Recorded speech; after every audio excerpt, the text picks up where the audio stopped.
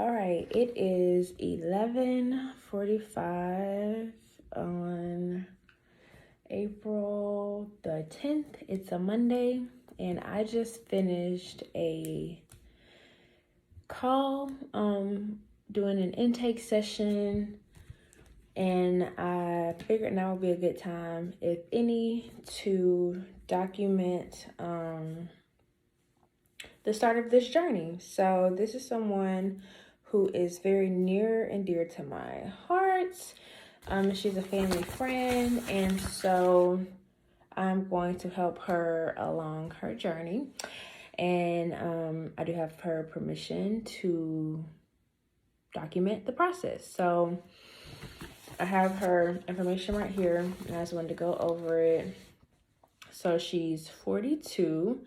She is 5'5", weighs 190. Her problems include endometriosis, fibroids, anxiety, and high blood pressure.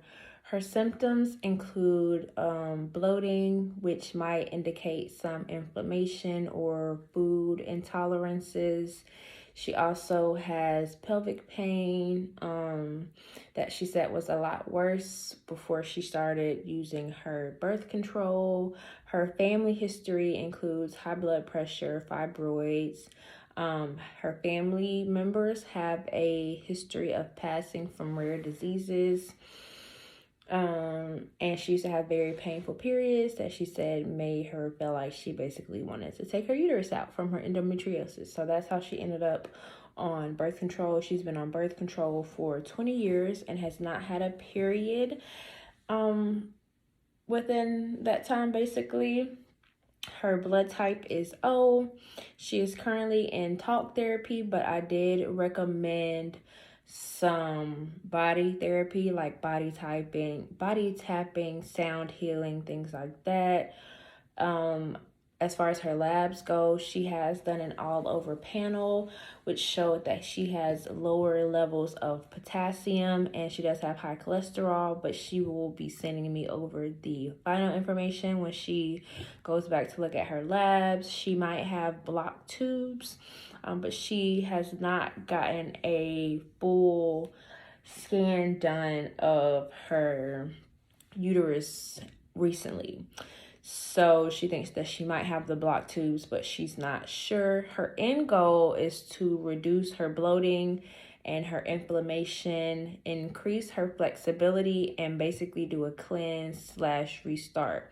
And in an ideal world, she would like to be off of her birth control, but we need to get some background things handled first. So I won't even touch the birth control aspect right now because there are too many underlying factors, and I don't want to make her pain worse if I don't have to. So we're going to take this journey very slowly and very steadily, but we're going to try to make some real change. We're going to try to make some real progress. She is blood type O, which means that her body would most likely do well from more meat being included in her body, taking out wheat, gluten, dairy, and corn products. That would be a good place to start. She does not cook very often, so we're gonna try to incorporate some juicing. We're going to try to incorporate some meal prep, and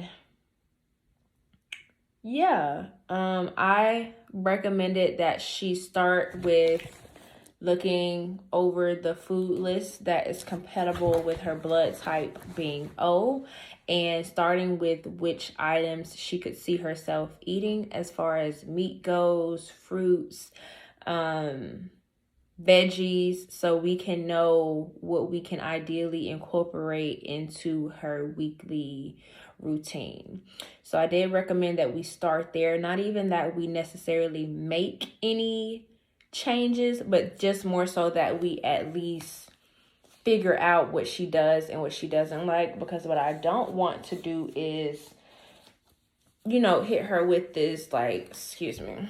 I was saying, what I don't want to do is tell her to completely flip the script and stop what she's been doing and start this whole new diet, because I feel like that would cause her to get overwhelmed and most likely not continue with what she should be doing. So I don't want to start there. Instead, I just wanted to start, let's at least see what you like on this list, and let's just start there. I also told her, because she eats out a lot, to try to scope the scene in her neighborhood to see what places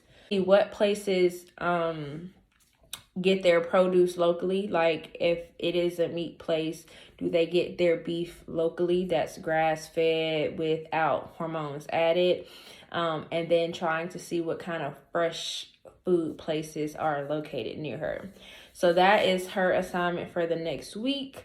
And then I also am starting her with a castor oil pack, just to kind of get the cleansing started, because she does have endometriosis. I do want to start there to get the process started. So yeah, I will update you guys next week after we talk, or maybe 2 weeks after that. But we'll see what happens. I'm very excited. I only look like this because I'm tired, but I'm very excited to start this journey with her.